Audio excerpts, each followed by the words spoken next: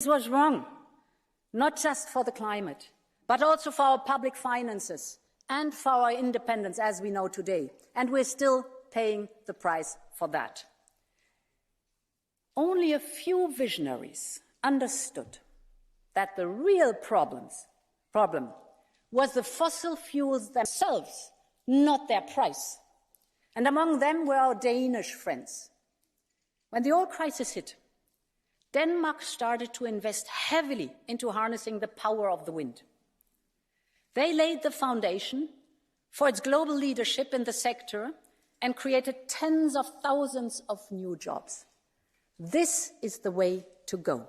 Not just a quick fix, but a change of paradigm, a leap into the future, and that must be our principle today with this crisis too, honourable members.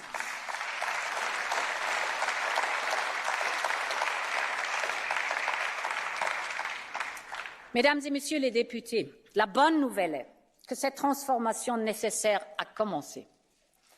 Elle a lieu en mer du Nord et en mer Baltique, où nos États membres ont massivement investi dans l'éolienne en mer. Elle a lieu en Sicile, où la plus grande usine solaire d'Europe produira bientôt la toute dernière génération de panneaux solaires. Et elle a lieu dans le nord de l'Allemagne, où les trains régionaux roulent désormais à l'hydrogène vert. L'hydrogène peut changer la donne pour l'Europe. Nous devons passer du marché de niche au marché de masse pour l'hydrogène. Et avec Repower EU, nous avons doublé notre objectif. Nous voulons produire 10 millions de tonnes d'hydrogène renouvelable d'ici 2030. Pour y parvenir, nous devons créer un animateur de marché pour l'hydrogène afin de combler le déficit d'investissement et de mettre en relation l'offre et la demande future. C'est pourquoi je peux annoncer aujourd'hui que nous allons créer une nouvelle Banque européenne de l'hydrogène. Elle aidera à garantir l'achat d'hydrogène, notamment en utilisant les ressources du Fonds pour l'innovation. Elle pourra investir 3 milliards d'euros pour aider à construire le futur marché de l'hydrogène, et c'est ainsi que nous allons bâtir l'économie du futur. C'est cela notre pacte vert pour l'Europe.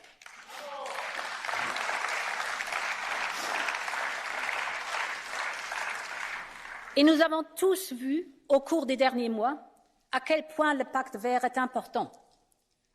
L'été 2022 restera dans les mémoires. Nous avons tous vu les rivières asséchées, les forêts en feu, la chaleur extrême. Et la situation est bien plus grave que cela.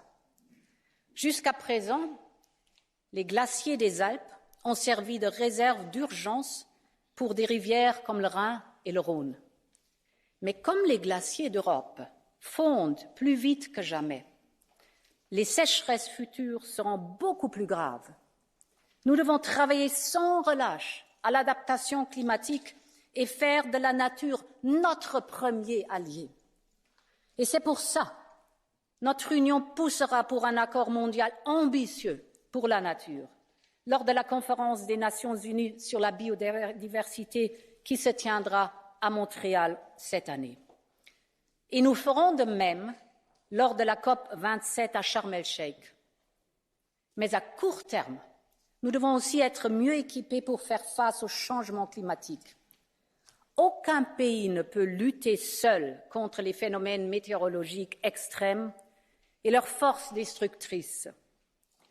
Cet été, nous avons envoyé des avions de la Grèce, de la Suède ou d'Italie pour combattre les incendies en France, en Allemagne. Mais comme ces événements deviennent plus fréquents et plus intenses, l'Europe aura besoin de plus de capacités. Et c'est pourquoi aujourd'hui j'annonce que nous allons doubler notre capacité de lutte contre les incendies au cours de l'année prochaine. L'Union européenne achètera 10 avions amphibies légers et 3 hélicoptères supplémentaires pour compléter notre flotte. Voilà la solidarité européenne en action.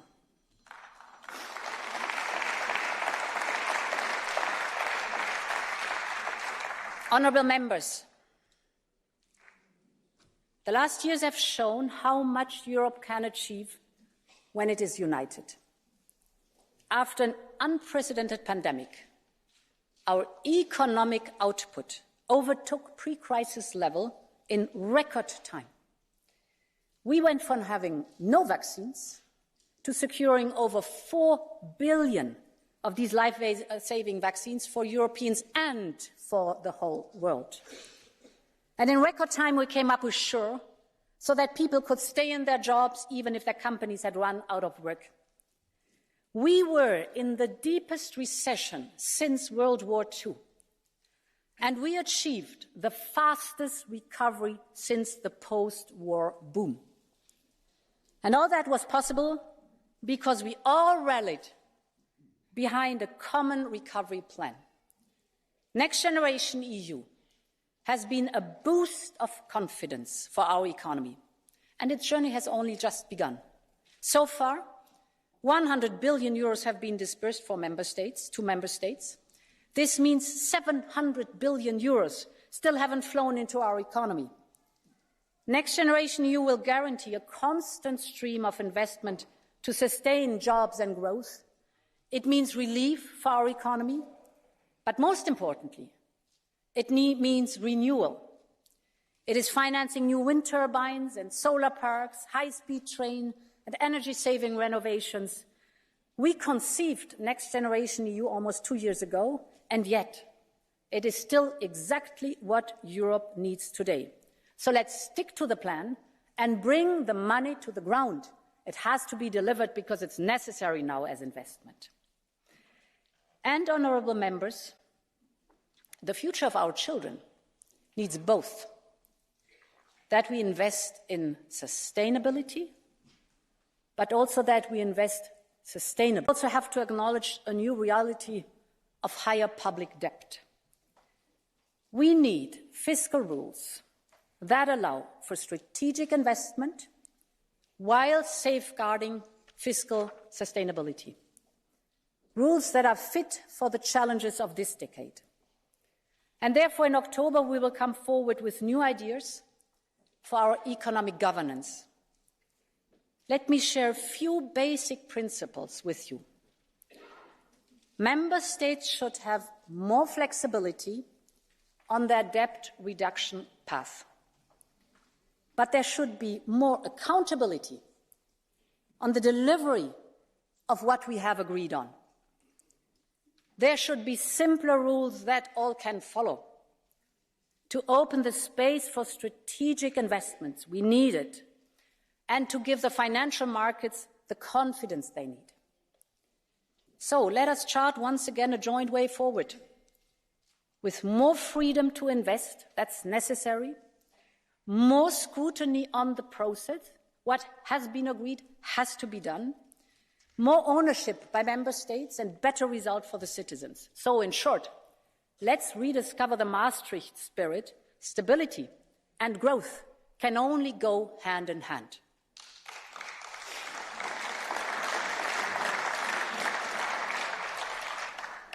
Because, honourable members, as we embark on this transition in our economy, we must rely on the enduring values of the social market economy.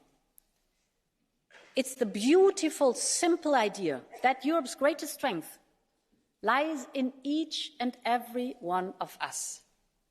Our social market economy encourages everyone to excel, but it also takes care of the fragility as human beings. It covers the big risks of life, like poverty, sickness, age. It rewards performance and guarantees protection. It opens opportunities, but it also sets limits.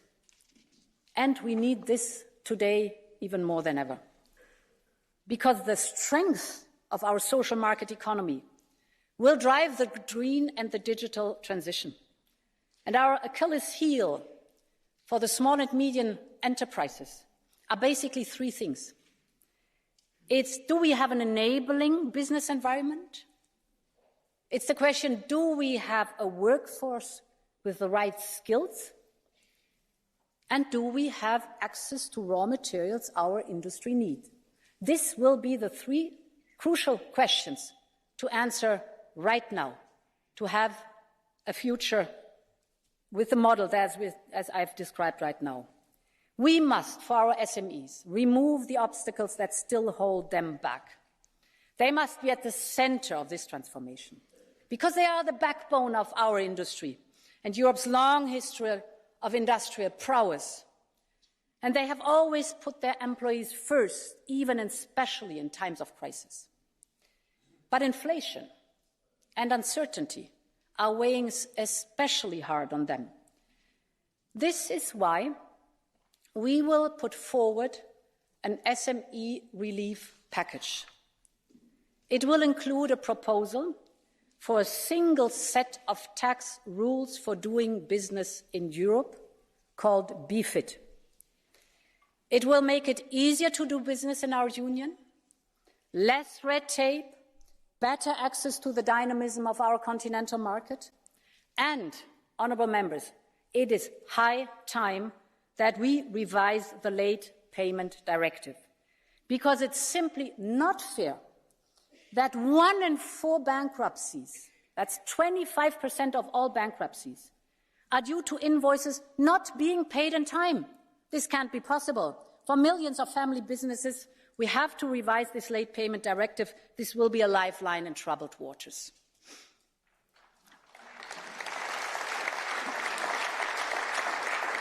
Meine sehr geehrten Damen und Herren Abgeordnete, das zweite Thema ist das große Thema Mangel an Personal. Und das ist eine große Herausforderung für Europa und Europas Unternehmen. Die Zahl der Arbeitslosen ist so niedrig wie nie, 6,0%, 6% Arbeitslosigkeit. Das ist gut. Aber gleichzeitig liegt die Zahl der offenen Stellen auf Rekordniveau. Lastwagenfahrer, Kellnern, Flughafenpersonal, Krankenpfleger, Ingenieurinnen, IT-Technikerinnen. Von ungelernt bis Universitätsabschluss, Europa braucht sie alle. Und wir müssen daher viel stärker in Aus- und Weiterbildung investieren. Dazu wollen wir eng mit den Unternehmen zusammenarbeiten, denn sie wissen am besten, welche Fachkräfte sie heute brauchen, aber auch welche Fachkräfte sie morgen brauchen. Und wir müssen diesen Bedarf viel besser in Einklang bringen mit den Zielen und den Wünschen der Arbeitssuchenden selbst für ihren Berufsweg. Wir haben dieses wunderbare große Instrument ESF. Aber wir brauchen auf der anderen Seite auch eine Struktur, dass diese Gelder wirklich effektiv eingesetzt werden können. Und ein zweites ist auch wichtig. Wir müssen gezielter Fachkräfte aus dem Ausland anwerben, die hier Unternehmen und Europas Wachstum stärken. Und deshalb ist ein wichtiger Schritt, ihre Qualifikationen, die können was, diese Menschen, ihre Qualifikationen in Europa besser und schneller anzuerkennen.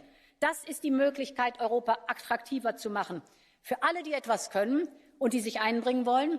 Und deshalb schlage ich vor, es ist ein Riesenthema, das kann man nicht hier abhandeln. Ich schlage vor, dass wir das Jahr 2023 zum Europäischen Jahr der Aus- und Weiterbildung machen. Lasst uns einen Schwerpunkt darauf setzen. Das ist jetzt der richtige Schritt.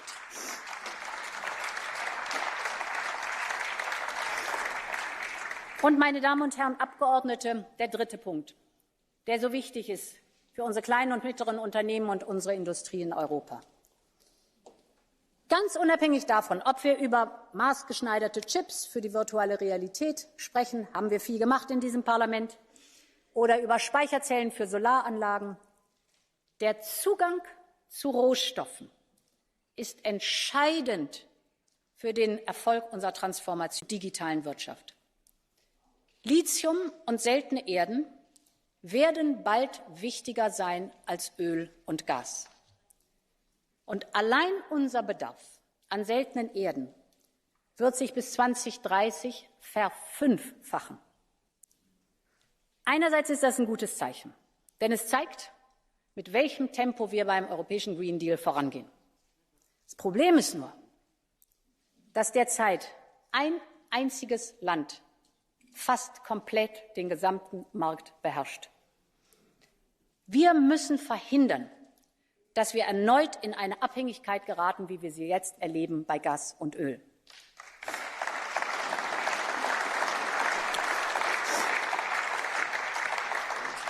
Dazu müssen viele Schritte getan werden. Aber an diesem Punkt kommt auch unsere Handelspolitik ins Spiel. Wir brauchen neue Partnerschaften. Denn geografisch gibt es diese Rohmaterialien nicht nur an einem Platz an der Erde. Das heißt, wir brauchen neue Partnerschaften, nicht nur um unsere Wirtschaft zu stärken, sondern vor allen Dingen auch um unsere Interessen und unsere Werte global voranzubringen. Und mit diesen gleichgesinnten Partnern können wir auch außerhalb unserer Grenzen Arbeitsstandards, Umweltstandards verwirklichen und sichern. Das heißt, wir brauchen neue Beziehungen zu neuen verlässlichen Partnern in Wachstumsregionen. Ich werde daher die Abkommen mit Chile, Mexiko und Neuseeland zur Ratifizierung vorlegen, und wir treiben die Verhandlungen mit Partnern wie Australien und Indien voran. Wir müssen aus den Fehlern der Vergangenheit lernen.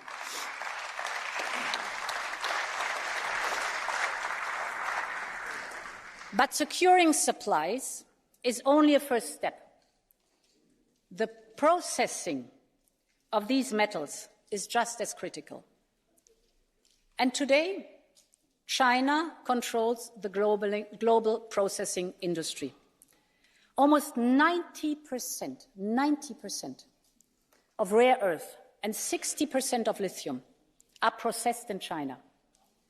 So we will identify strategic projects all along the supply chain, from extracting to refining, from processing to recycling, and we will build up strategic reserves where supply is at risk. This is why today I am announcing a European Critical Raw Materials Act. We know that this approach can work because, remember, 5 years ago, Europe launched the Batteries Alliance. And soon, 2/3 of the batteries we need, we will produce here in Europe. That's a big success story. Last year, I announced the European Chips Act. And the first chips gigafactory will break ground in the coming months. So we now need to replicate this success for raw materials. And this is also why we will increase our financial participation in the important projects of common European interest, the so-called IPCEIs. And for the future, I will push to create a new European Sovereignty Fund, because we have to make sure that the future of the industry is made in Europe. Honourable members, as we look around at the state of the world today,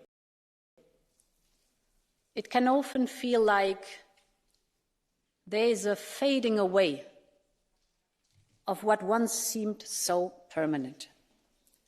And in some ways, the passing of Queen Elizabeth II last week reminded us all of that. She is a legend.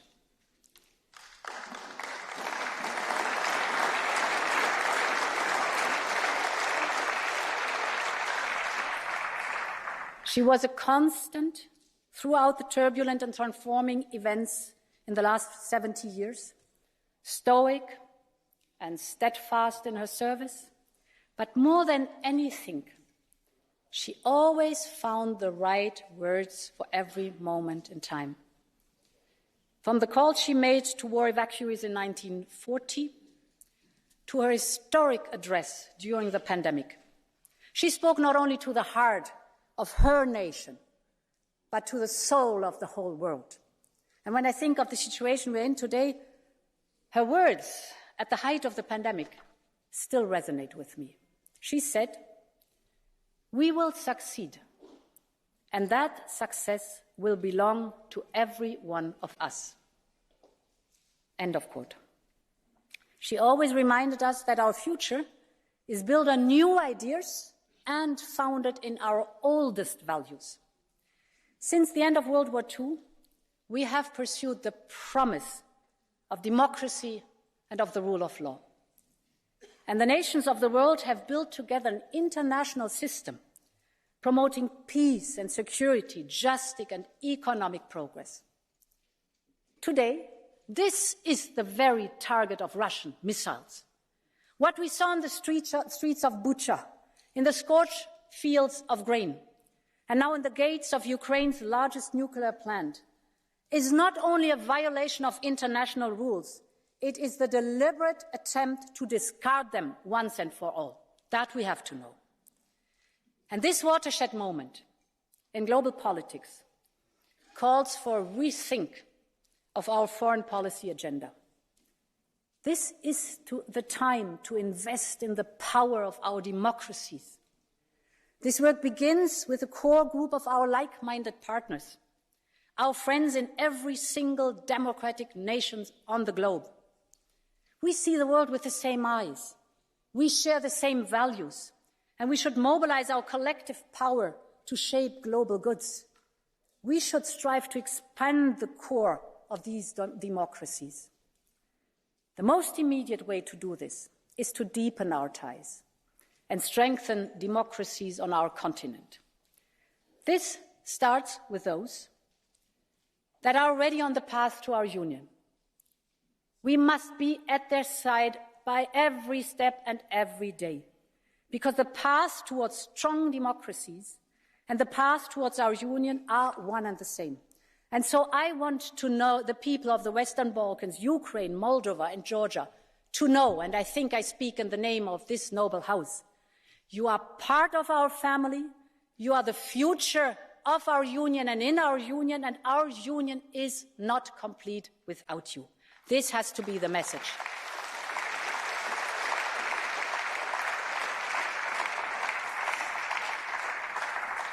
And we have seen that there is a need to reach out to other countries of Europe beyond the accession process. This is why I support the call for a European political community, and we will set out our ideas to the European Council. But our future also depends on our ability to engage beyond the core of our democratic partners. Countries near and far share an interest in working with near and far, such as climate change and digitalization. And this is the main idea behind Global Gateway, the investment plan I announced last year right at this place. It is already delivering on the ground. Together with our African partners, we're building 2 factories in Rwanda and Senegal to manufacture mRNA vaccines. So they will be made in Africa, for Africa, with world-class technology. And we are now replicating this approach across Latin America as a part of a larger engagement strategy that has to pick up now urgently. So we will team up with our friends in the United States and our friends in the G7 partners to make this happen. In this spirit, President Biden and I will convene a leaders' meeting to review and announce implementation projects for this investment. Honourable members, this is part of our work of strengthening our democracies. But we should not lose sight of the way foreign autocrats are targeting our own countries. Foreign entities are funding institutions and institutes that undermine our values. The disinformation is spreading from the internet into the halls of our universities. Earlier this year, the University of Amsterdam shut down an allegedly independent research center, which was actually funded by Chinese entities. And this center was publishing so-called research on human rights, dismissing the evidence of forced labor camps for Uyghurs as rumors. These lies are toxic for our democracies. And let's think about this. We introduced legislation to screen foreign direct investment in our companies for security reasons. That's correct, that's good that we did it. But if we do that for our economy, shouldn't we do the same for our values? We need to better shield ourselves from malign interference. And this is why we will present a Defense of Democracy Pact. It will bring forward covert foreign influence. It will shed the light on shady funding. We will not allow any autocracy's Trojan horses to attack our democracies from within. For more than 70 years, our continent has marched towards democracy. But the gains of our long journey are not assured. And many of us have taken democracy for granted for too long, especially those who, like me, who have never experienced what it means to live under the fist of an authoritarian regime. Today, we all see that we must fight for our democracies. Every single day, every single minute. We must protect them both from the external threats they face, but also from the vice that corrode them from within. It is my Commission's duty and the most noble role to protect the rule of law. So let me assure you, we will keep insisting on judicial independence. And we will make sure that we protect our budget through the conditionality mechanism.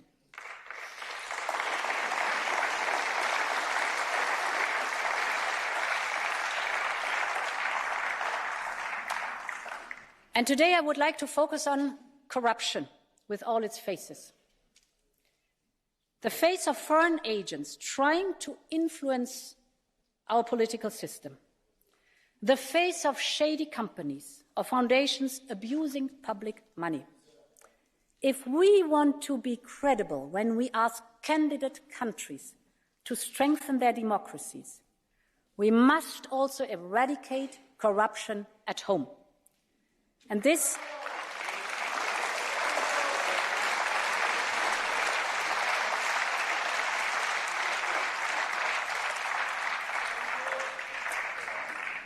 is why, in the coming year, the Commission will present measures to update our legislative framework for fighting corruption. We will raise standards on offences such as illicit enrichment, trafficking in influence, abuse of power, beyond the more classic offences such as bribery. And we will also propose to include corruption in our human rights sanctions regime, our new tool to protect our values abroad.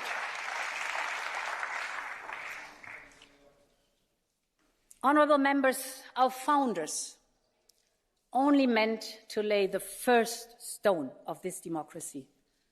They always thought that future generations would complete their work, and that's true. We have to do that. It's an ongoing process. Democracy has not gone out of fashion, but it must update itself in order to keep improving people's lives. You will remember these words. These are the words of our friend David Sassoli, a great European. Democracy has not gone out of fashion, but it must update itself in order to keep improving people's lives. David Sassoli thought that Europe should always look for new horizons. And through the adversity of these times, we have started to see what our new horizon might be. A braver union, closer to its people in times of need, bolder in responding to historic challenges and the daily concerns of our Europeans, and to walk at their side when they deal with the big trials of life. This is why the Conference on the Future of Europe was so important. It was a sneak peek of a different kind of citizens' engagement, well beyond election day. And after Europe listened to its citizens' voice, we now need to deliver. The citizens' panels that were central to the conference will now become a regular feature of our democratic life. And in the letter of intent that I have sent to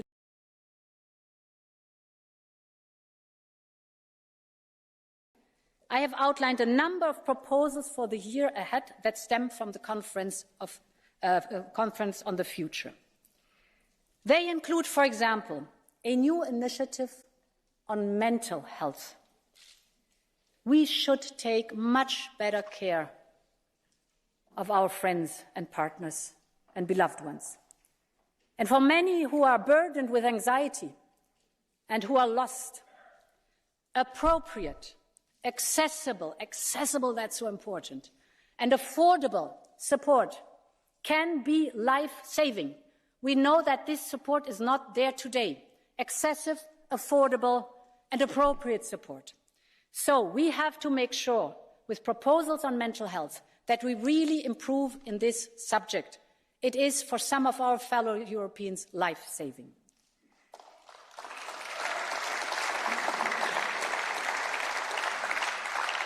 Honourable members, democratic institutions must constantly gain and regain the citizens' trust.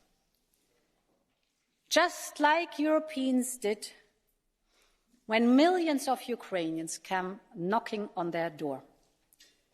What we saw was and is Europe at its best, a union of determination and solidarity. But this determination and drive for solidarity is still missing in our migration debate. Our actions towards Ukrainian refugees must not be an exception.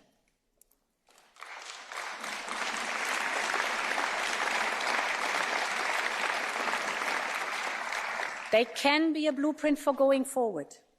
We need fair and quick procedures, a system that is crisis-proof and quick to deploy, and a permanent and legally binding mechanism that ensures solidarity. And at the same time, we need effective control of our external borders, in line with the respect of fundamental rights. I want a Europe that manages migration with dignity and respect. I want a Europe where all member states take responsibility for the challenges we all share. I want a Europe that shows solidarity to all member states. We have progress on the pact. We now have the roadmap, and we now need the political will to move forward and to match. Honourable members, 3 weeks ago, I had an incredible opportunity of joining 1,500 young people from all over Europe and all over the world that gathered in Tesi. They have very different views. They come from very different countries. They speak different languages. They have different backgrounds. And yet, there's something that connects them. They share a set of values and ideals. They believe in these values. They are determined to reach them. They are passionate about something that is larger than themselves. And this generation is a phenomenal generation. It's a generation of dreamers and makers. And in my last State of the Union, I told you that I would like Europe to look more like these young people. We should put their aspirations at the heart of everything we do. And the place for this is in our founding treaties. Every action that our union takes should be inspired by a very simple principle, that we should do no harm to our children's future, and that we should leave the world a better place for the next generation. And therefore, honourable members, I believe that it is time to enshrine solidarity between generations in our treaties. It is time to renew the European promise. And we also need to improve the way we do things and the way we decide things. Some might say this is not the right time. But if we are serious about preparing for the world of tomorrow, we must be able to act on the things that matter the most for people. And as we are serious about a larger union, we also have to be serious about reform. So as this Parliament has called for, I believe the moment has arrived for a European Convention.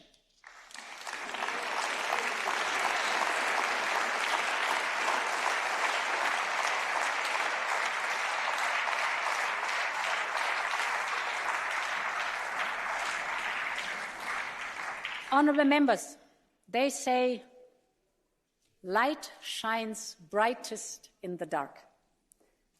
And that was certainly true for the women and the children fleeing Russia's bombs.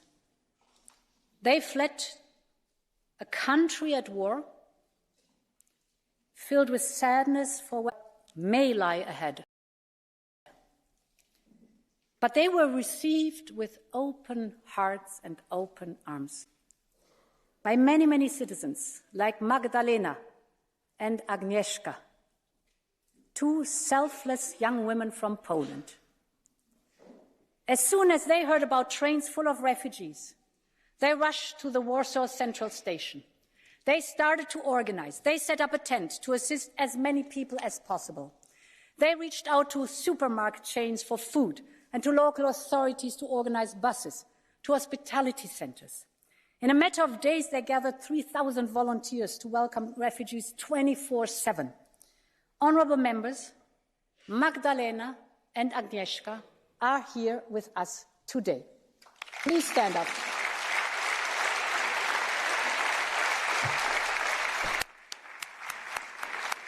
Magdalena, stand up. Stand up.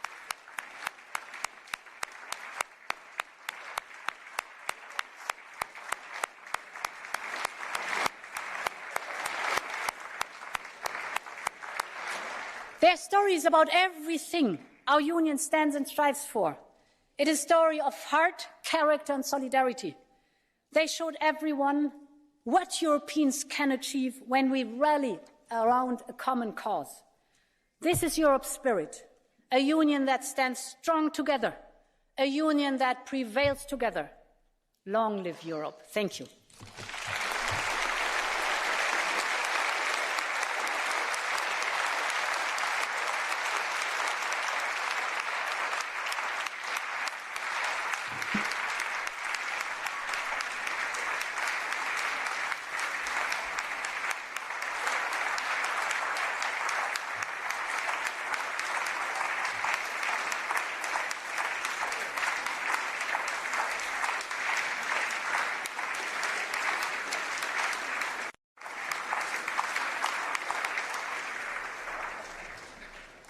Thank you very much, dear President, dear Ursula.